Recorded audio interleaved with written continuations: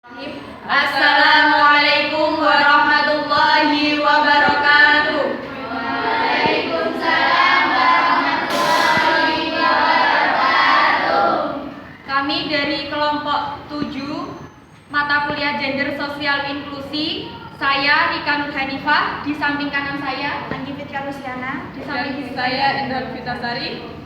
Kami di sini akan menjelaskan sedikit materi tentang dimensi gender sosial inklusi dalam pendidikan. Yang pertama akan disampaikan oleh saudara Angga.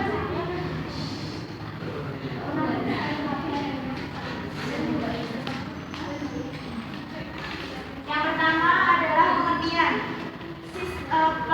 dari konsep pendidikan inklusi, ialah sistem pendidikan yang terbuka bagi semua individu serta mengakomodasikan semua kebutuhan sesuai dengan kondisi masing-masing individu. Yang kedua adalah tujuannya agar semua anak memperoleh pendidikan yang bermutu yang sesuai dengan kebutuhan dan kemampuannya serta untuk mewujudkan penyelenggaraan pendidikan yang menghargai dan keanekaragaman dan tidak diskriminatif bagi semua anak. Yang ketiga adalah fungsi dari pendidikan inklusi sendiri, ialah semua anak dapat mendapat kesempatan dan akses yang sama untuk memperoleh layanan pendidikan yang bermutu dan sesuai dengan kebutuhan. Manfaatnya, pendidikan inklusi bermanfaat bagi peserta didik berkebutuhan khusus. Peserta didik pada umumnya pendidik dan tenaga kependidikan, orang tua, pemerintah daerah, masyarakat, dan sekolah. Semua pihak diharapkan memiliki sikap yang positif, ramah, dan tidak mendiskriminasi. Pendidikan inklusi sendiri memiliki 4 karakteristik. Yang pertama, proses yang berjalan terus dalam usahanya menemukan cara-cara merespon keanekaragaman individu. Yang kedua, mempedulikan cara-cara untuk meruntuhkan hambatan-hambatan anak dalam belajar. Yang ketiga, anak kecil yang ada di sekolah berpartisipasi dan mendapatkan hasil belajar yang bermakna dalam hidupnya. Dan yang terakhir, diperuntukkan utamanya bagi anak-anak yang tergolong marginal, eksklusif, dan membutuhkan layanan pendidikan khusus dalam belajar. Selanjutnya akan dijelaskan oleh Mbak Ika. Selanjutnya adalah integrasi gender sosial inklusi dalam pendidikan. Ada yang sudah tahu integrasi GSI dalam pendidikan itu apa? Integrasi itu sendiri adalah gabungan, di mana hal ini menggabungkan gender sosial inklusi dalam pendidikan, yaitu menyelenggarakan program pendidikan bagi anak berkebutuhan khusus bersama dengan anak yang normal dalam lingkup lembaga pendidikan umum, di mana dengan kurikulum yang sesuai dengan lembaga pendidikan tersebut. Jadi anak yang berkebutuhan khusus di sini memiliki kesempatan yang sama seperti anak normal pada umumnya yang sesuai dengan jenjang atau tingkat usianya berada dalam lingkup pendidikan yang sama atau satu lembaga sekolah, seperti itu. Selanjutnya pro dan kontra. Kemudian selanjutnya saya akan menyampaikan tentang pro dan kontra terhadap sekolah berdimensi gender sosial dan inklusif. Dalam pelaksanaan pendidikan inklusif itu tentunya dari masyarakat sendiri itu ada yang mendukung terhadap pelaksanaan sekolah berdimensi inklusif tersebut, tetapi ada juga yang menolak terhadap pendidikan tersebut dan lebih memilih untuk pendidikan reguler tersendiri dan pendidikan untuk anak yang berkebutuhan khusus itu tersendiri. Nah, di sini sebagian masyarakat yang beranggapan bahwa sebagian masyarakat yang pro terhadap pendidikan inklusif itu dikarenakan mereka memiliki pemikiran bahwa seharusnya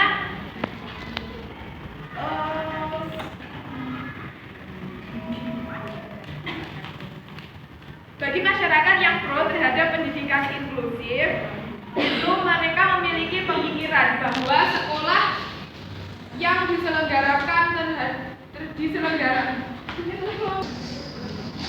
bagi masyarakat yang pro terhadap pendidikan inklusif itu menganggap bahwa sekolah yang disediakan oleh pemerintah yaitu SLB itu dirasa belum cukup memadai untuk mereka yang berkebutuhan khusus, dan mereka beranggapan bahwa dengan pendidikan inklusif itu memberikan kesempatan yang sama kepada anak yang berkebutuhan khusus ataupun kepada anak yang normal, jadi mereka itu bisa saling bersosialisasi antara satu sama lain tanpa hambatan.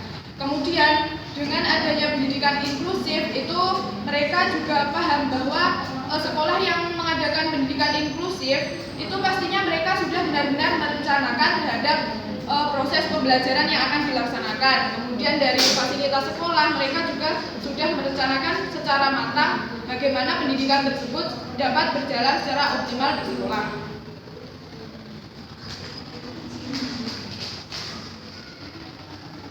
Kemudian bagi mereka yang pro terhadap pendidikan inklusif itu mereka juga memiliki pemahaman bahwa dalam menerapkan nilai dapat dengan pendidikan inklusif itu dapat menerapkan nilai sosial yang tinggi kepada anak-anak yang normal atau terhadap anak-anak yang memiliki kebutuhan khusus itu sendiri.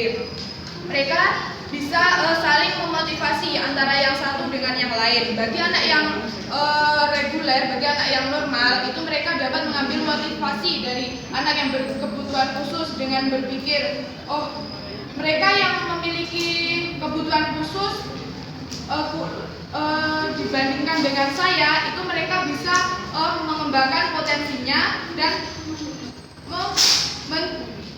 mereka, anak-anak yang berkebutuhan khusus itu mereka bisa mengembangkan potensinya sesuai dengan bakat dan minatnya, walaupun mereka kita sebagai yang normal itu menganggap mereka itu berkekurangan.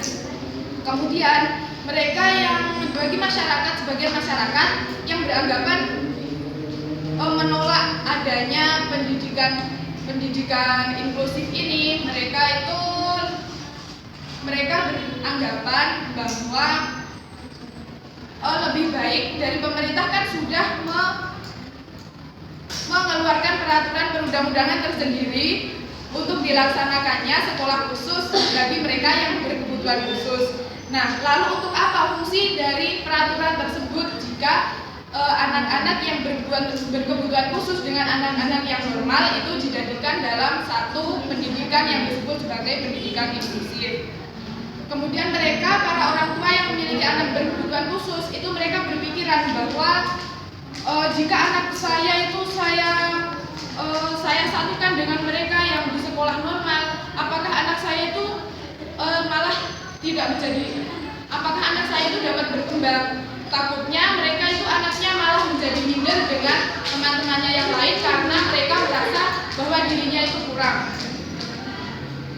Kemudian sebenarnya dari orang tua mereka sendiri itu seharusnya mereka juga memiliki kepercayaan diri terhadap anaknya. Jadi dengan begitu mereka juga bisa terbuka terhadap adanya pendidikan inklusif ini.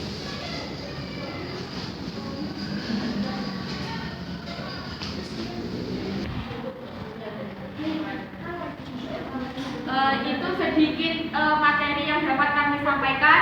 Nah, untuk selanjutnya kami akan membentuk kalian menjadi 4 kelompok, di mana nanti setiap kelompoknya memilih satu ketua kelompok untuk bermain ular tangga. Nah, di dalam ular tangga di sini ada nomor 1 sampai nomor 30. Di dalamnya ada sebuah pertanyaan yang harus kalian jawab bersama kelompok kalian. Oke, selanjutnya dihitung dari 1,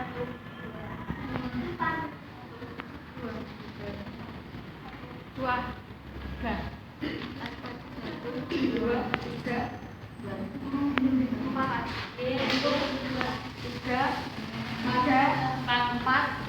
1. Oke. Nah, sekarang berkumpul dengan kelompok masing-masing. Di sini kelompok 1 pakai kursinya. Di sini kelompok 2, di sini kelompok 3 dan di sebelah sana kelompok 4. Panjang.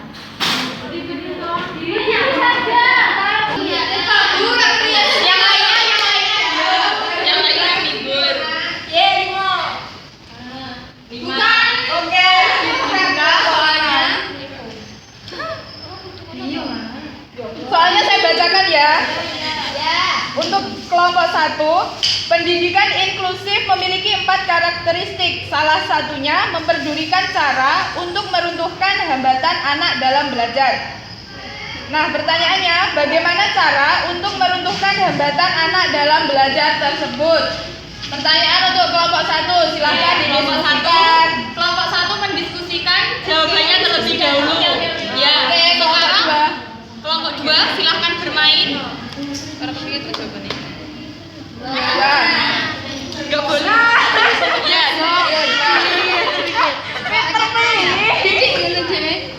Oke, pertanyaan untuk kelompok 2. Jika sekolah menerapkan konsep pendidikan berdimensi GSI, bagaimanakah dengan RPP-nya? Pertanyaan untuk kelompok 2, silahkan didiskusikan. aku siap menjawab. Sudah, aku siap. Kelompok 3 silakan bermain. Ini kelompok 2-nya biar aku jawab dulu.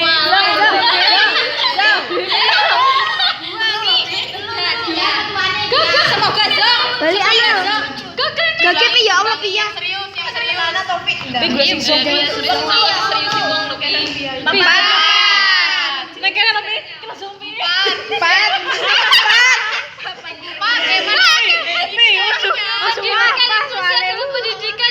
Jawab kok dhewe no. Mengintegrasikan prinsip-prinsip kesetaraan gender. Perhatikan kesamaan akses, partisipasi. Harap dikondisikan kelompoknya. Pertanyaan untuk kelompok 3. Pendidikan inklusi adalah pendidikan yang mengintegrasikan prinsip-prinsip kesetaraan gender atau memperhatikan kesamaan akses, partisipasi, kontrol, dan manfaat serta memastikan tidak ada diskriminasi gender dalam bentuk apapun. Pertanyaannya, seperti apakah kesamaan akses di sini dan bagaimanakah bentuknya? Terima kasih. Anggota kelompoknya, kelompok 3 silakan mendiskusikan jawabannya terlebih dahulu. Terakhir kelompok 4. Kelompok 4 berdoa dulu. Bismillah. Gak boleh. 1, 2, 3. Boleh. Karena berhubung kelompok 4 dapatnya di angka 5 sama dengan kelompok 1, jadi kelompok 4 menjawab pertanyaan yang sama dengan kelompok 1. Jangan Bu, nanti Bisa menambahkan bisa menambahkan nanti. Oke, didiskusikan sendiri ya dengan kelompoknya. Sekarang menjawab pertanyaannya. Oke, kelompok 1 ini jawabannya menanyakan kondisi siswa, mengatur tempat duduk sehingga semoga hal itu dapat berjalan dengan baik. Memberikan cara untuk meruntuhkan hambatan anak dalam belajar. Strateginya juga harus digunakan dengan cara yang baik. Cara untuk Ya benar. Ya, jawabannya dari kelompok 1 betul sekali. Dengan bagaimana cara untuk menentukan hambatan-hambatan anak dalam belajar, yaitu dengan cara mengatur tempat duduk siswa. Itu bisa, itu untuk menghilangkan anak-anak jika jenuh, terus memiliki strategi itu juga bisa seperti itu. Selanjutnya menjawab dulu dari kelompok 2. Kelompok 2 mana? Mbak Laila. Oke. Silakan menjawab pertanyaan dari Pertanyaan dibacakan. Ya, yang ini kan. Yang lain, kelompok yang lain diharapkan mendengarkan jawaban dari kelompok yang menjawab. Jika sekolah menerapkan konsep pendidikan yang berdimensi GSI, bagaimana dengan RPP-nya? RPP yang dibuat oleh guru dalam sekolah yang berlandaskan GSI itu tetap memberikan pembelajaran sama antara laki-laki dan perempuan, tidak ada perbedaan yang berarti. Dari segi pembagian kelompok pun tetap heterogen atau homogen, tidak ada dibedakan antara laki-laki dan perempuannya. Jadi semua anak laki-laki maupun anak perempuan mendapatkan hak yang sama dalam belajar di kelas. Oke, benar jawaban dari kelompok 2, yaitu untuk masalah RPP-nya bagi lembaga sekolah yang sudah menerapkan pendidikan berstandar GSI, di sini adalah rencana pembelajaran yang dibuat adalah menyesuaikan dengan kondisi dan kebutuhan siswanya. Yang lain jangan yang lain mendengarkan. Jadi RPP atau perencanaan yang dibuatnya menyesuaikan dengan kondisi dan kebutuhan siswanya, mulai dari materinya, metode, media, sarana dan prasarannya, yaitu menyesuaikan dengan kondisi kelasnya. Oke, selanjutnya dari kelompok 3. Ya, untuk kelompok 3 itu kan tadi sama saja kayak sesama akses, itu maksudnya kayak misalnya sarana prasarana untuk anak yang berkebutuhan khusus sama yang anak yang tidak berkebutuhan khusus. Nah itu kalau anak berkebutuhan khusus sama nggak berkebutuhan khusus itu sama saja untuk sarana prasarananya. Ya, seperti itu. Contohnya, misalnya dalam pelaksanaan pembelajaran di kelas. Jadi, setiap baik anak berkebutuhan khusus atau anak yang tidak berkebutuhan khusus itu mendapatkan fasilitas yang sama walaupun berbeda bentuknya.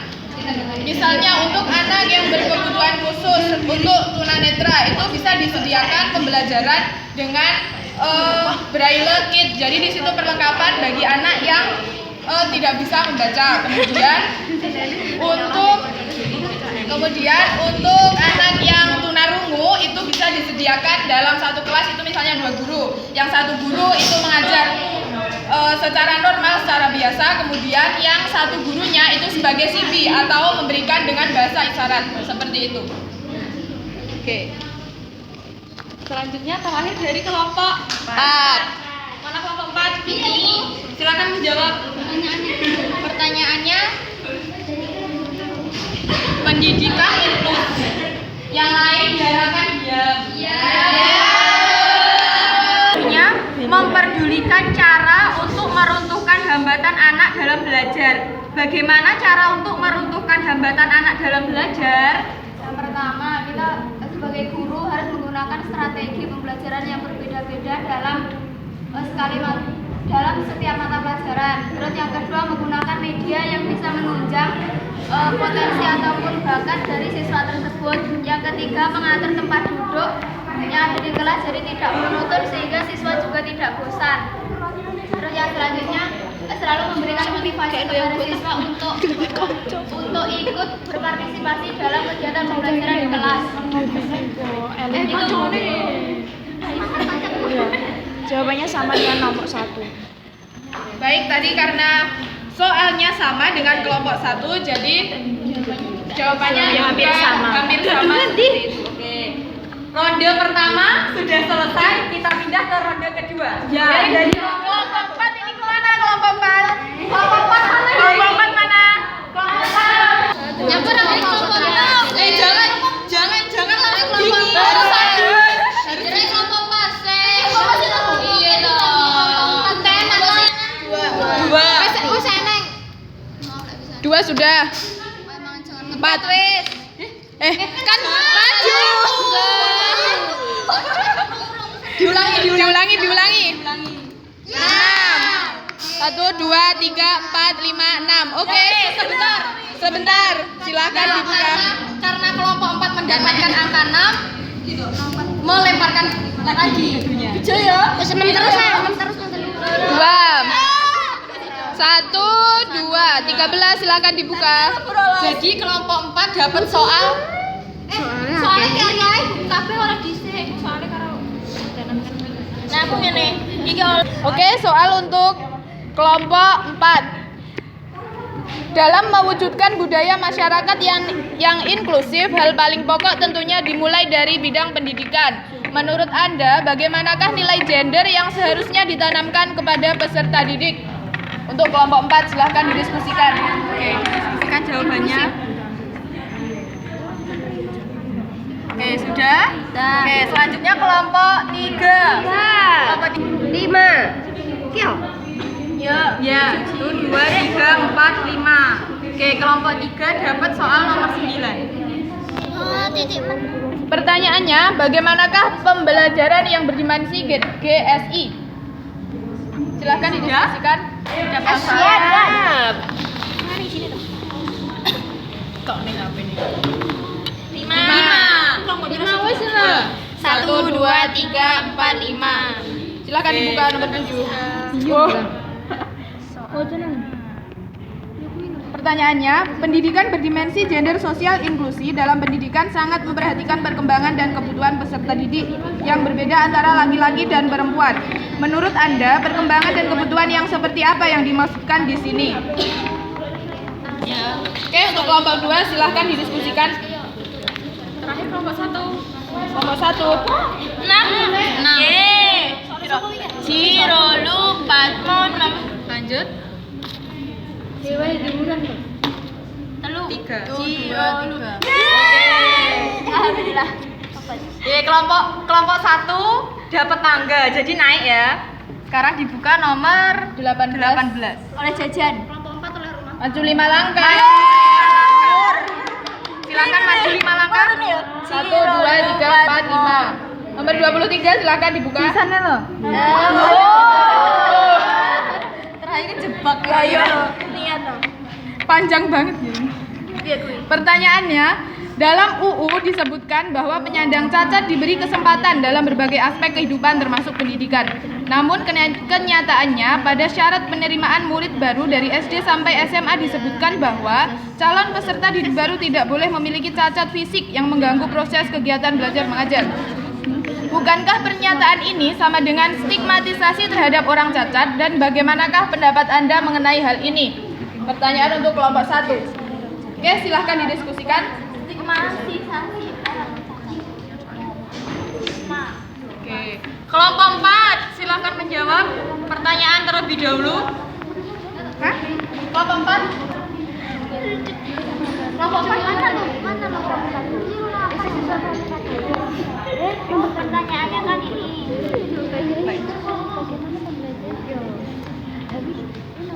Tak bacanya pertanyaannya jawabannya.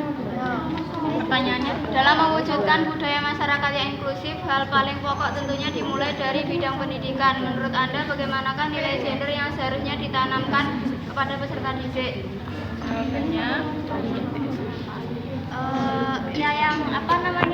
nilai yang seharusnya ditanamkan kepada peserta didik itu ya harusnya sesuai dengan prinsip-prinsip yang berdimensi GSI.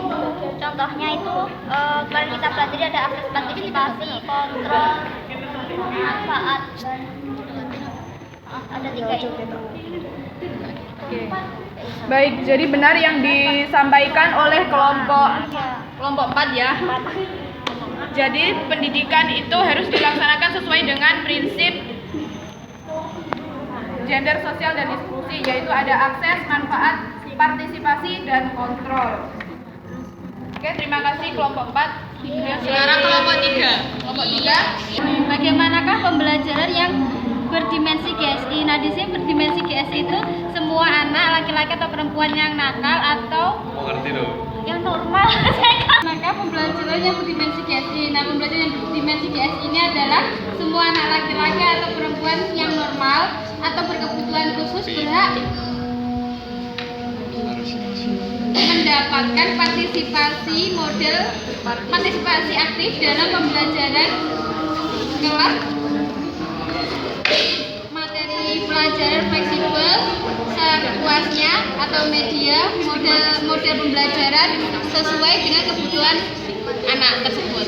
Oke, jadi pembelajaran yang berdimensi GSI di sini adalah dalam proses pembelajaran di kelas, setiap peserta didik baik laki-laki ataupun perempuan, baik yang normal ataupun yang berkebutuhan khusus, mereka semua itu berhak berpartisipasi aktif dalam kegiatan proses pembelajaran, mulai dari mengikuti alur pembelajaran dari awal sampai akhir. Materinya seperti apa, terus dengan media yang digunakan seperti apa, itu semua siswa berpartisipasi seperti itu. Oke, selanjutnya kelompok 2.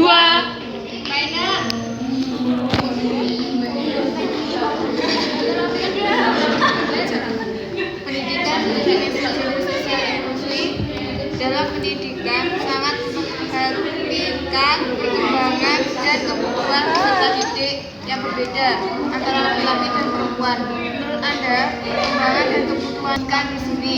Jadi perkembangan dan kebutuhan peserta didik yang berbeda, tentunya hal tersebut menjadikan poin penting untuk mengoptimalkan perkembangannya. Menjadikan perkembangan dan kebutuhan itu untuk mendapatkan akses yang sama dalam pendidikan yang fleksibel dan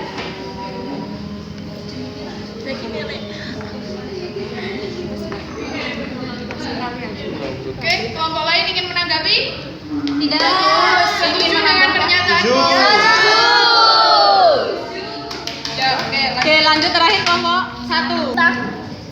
stigmatisasi. Yaitu bahwa kita harus membuat peserta didik itu nyaman dengan teman-temannya dan teman-teman itu harus menghormati kondisi peserta didik tersebut. Kemudian kita juga harus membuat evaluasi bagaimana dia sekolahnya di lingkungan tersebut. Sudah sesuai dengan kenyamanannya apa belum? Jadi di sini intinya pendidikan inklusif itu bertujuan untuk menghilangkan stigmatisasi bahwa anak yang berkebutuhan khusus itu adalah anak yang cacat. Jadi kita sebagai calon pendidik itu juga harus memberikan kesadaran kepada peserta didik kita bahwa kita dengan anak yang berkebutuhan khusus itu seharusnya memiliki partisipasi dan kesempatan yang sama dalam mengembangkan bakat-bakat yang dimilikinya. Jadi kita juga bisa saling memotivasi dengan mereka, walaupun dari segi fisik itu berbeda. Iya, dari kelompok 1 mana? Iku. Jadinya anggota kelompok. Ini apa? Oh iya benar. 5. 1, 2, 3, 4, 5 turun. 24. Apa ini? Ambil 6. You're the winner. Berarti ambil soal nomor 6. Oh, ngono. Jika jawabannya benar, maka kelompok pertama memenangkan permainan ini. Ya. Pertanyaan nomor 6. Bagaimanakah langkah dalam melaksanakan penerimaan peserta didik baru yang mengakomodasi peserta didik berkebutuhan khusus? Ya, diskusi.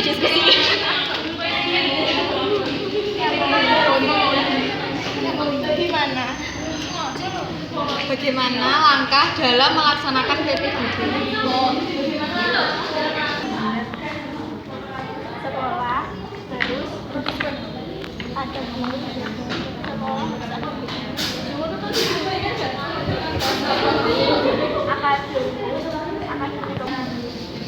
Satu, kesini. 2, 3, 4, 5. orang loh lagi. Iya kan ulang. Betul. Oke, dibuka ya. Maju satu langkah atau ambil bebas. Ambil bebas lah. Kalau ambil bebas di sini if you win you'll get move, berarti ambil bebas. Jika kelompok 2 terserah mengambil nomor berapapun. Jika jawabannya benar, maka dia boleh menempati tempat tersebut. Ya. Cerai loh. Guys, salah sini aku sih menang nek pemenang Suka nih gini loh, suka aku. Oke, silakan nomor kelompok 2 pilih nomor berapa? 30. Selain 30. Selain 30. sama digoreng. 9. Oke, 29. Ya, pilih 29. Oke. Oke, silakan dibuka 29. Jika Anda menjadi seorang guru dan siswa Anda ada yang berkebutuhan khusus atau autis, bagaimanakah sikap Anda saat mengajar? Kelompok 2 silakan didiskusikan. Kelompok 2 silakan. Atau zong. Berarti tetap Atau menyerah? Aku semangat loh. Oke, silakan dicari didiskusikan. Kelompok 3. Kelompok 3. Ini sih jawabannya. 6. 1, 2, 3, 4, 5, 6. Lagi? Mendeknya lagi ya. Name. Main aja we yuk disana yuk. Ya, Itu apa? 5. Oh, 5, 71 berarti 4. Oke, silakan 26. Oke, silakan dibuka nomor 26.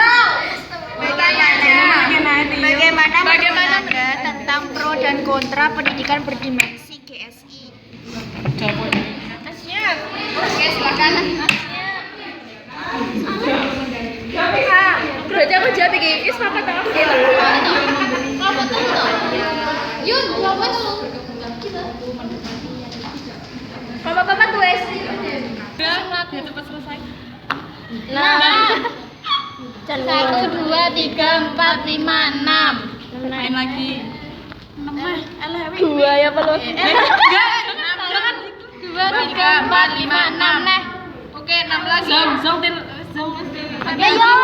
Lo telu Lagi di atas. Oke, jangan curang. Enggak curang.